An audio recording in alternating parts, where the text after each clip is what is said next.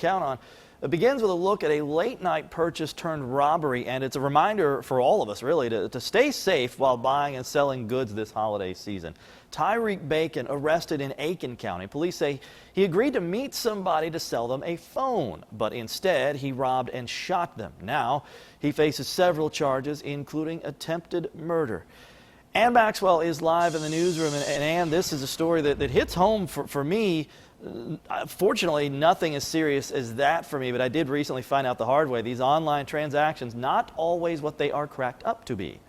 Well, it can happen to the best of us, and I think you've learned your lesson the hard way, John, but for the rest of us, there are some red flags we can be on the lookout for this holiday season.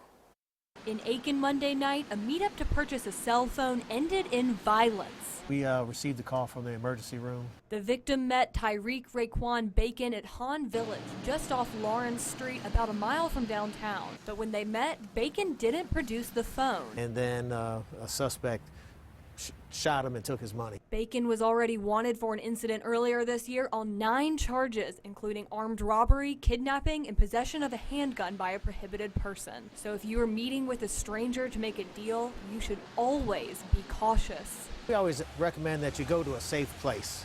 And a public place, usually bring somebody with you. Go during the day and only bring the amount of cash required. You should also try to meet somewhere with a camera so there will be a record if something goes wrong. News Channel 6's own John Hart even fell victim to a dishonest seller online.